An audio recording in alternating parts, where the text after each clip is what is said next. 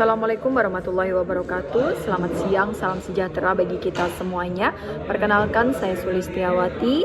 Saya dari instansi Badan Nasional Pencarian dan Pertolongan.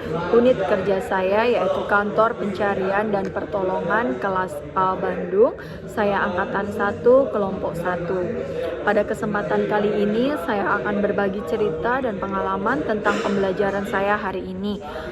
Hari ini tadi saya belajar berdiskusi bersama dengan teman-teman tentang isu-isu aktual digitalisasi. Dari isu-isu itu tadi sudah dipaparkan oleh 4 kelompok, yaitu yang pertama ada kebocoran data identitas KTP, kemudian ada peretasan aplikasi Peduli Lindungi, kemudian ada kebocoran data paspor WNI, dan juga ada ASN yang terlibat dalam judi online. Tadi saya termasuk di kelompok 3, yaitu yang mengambil kebocoran data paspor WNI. Pada permasalahan yang pertama,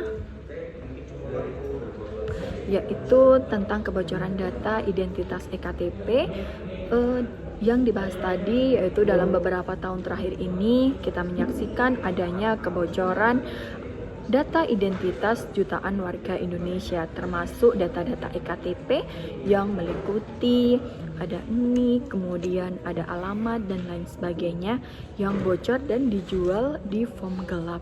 Kemudian kita sebagai ASN kita harus sadar bahwa menjaga kerahasiaan data pribadi bukan hanya sekedar urusan teknis, melainkan menyangkut hak konstitusi dari warga negara.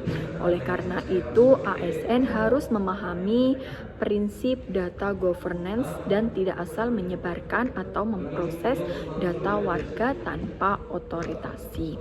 Kemudian yang kedua tadi juga kita membahas tentang peretasan website yaitu Peduli Lindungi.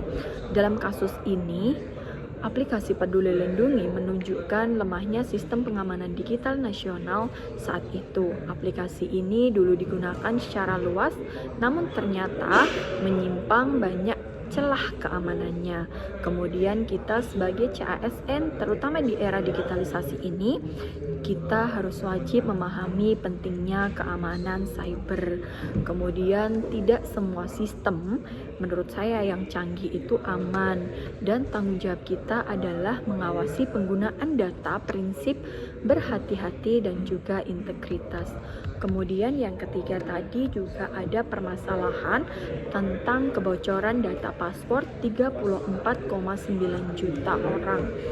Pada tahun lalu, publik dikejutkan adanya dugaan kebocoran ini, yaitu hampir 34,9 juta, lumayan banyak, yaitu data paspor WNI.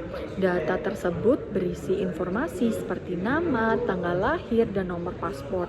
Kemudian dalam diskusi kami tadi muncul kesimpulan bahwa celah keamanan dalam sistem database instansi pemerintah masih tinggi. Sebagai CASN kita dituntut untuk tidak hanya kompetensi teknis tetapi juga menjaga kepercayaan publik. Artinya bila kita memegang akses terhadap data publik, kita harus bertanggung jawab penuh atas penggunaannya, seperti itu. Kemudian tadi juga ada permasalahan yang keempat, yaitu ASN terlibat judi online. Nah, ini merupakan kasus yang akhir-akhir ini sangat marak sekali, yaitu isu yang terakhir yang paling sensitif, yaitu terlibatnya ribuan ASN dalam praktik judi online. Ini tidak hanya melanggar hukum, tetapi juga mencederai martabat ASN sebagai pelayan publik. Tadi kami juga berdiskusi bahwa budaya digital yang konsumtif tanpa disertai kesadaran hukum dan etika bisa merusak reputasi birokrasi. Sehingga penguatan literasi digital dan pembinaan karakter harus menjadi bagian dari pembekalan ASN di seluruh tingkatannya. Nah, dari diskusi ini tadi yang berjalan sangat seru, yaitu banyak pertanyaan dan kemudian antusiasme untuk menjawab. dari kami dan juga rekan-rekan semuanya.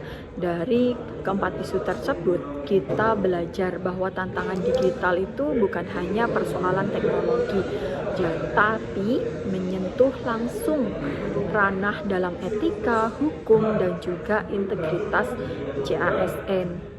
Sebagai CASN, kita harus menjadi bagian dari solusi itu, yaitu dengan memahami kepentingan keamanan data, menjunjung tinggi etika digital, dan juga tidak menyalahgunakan wewenang dan juga akses sistem informasi tersebut.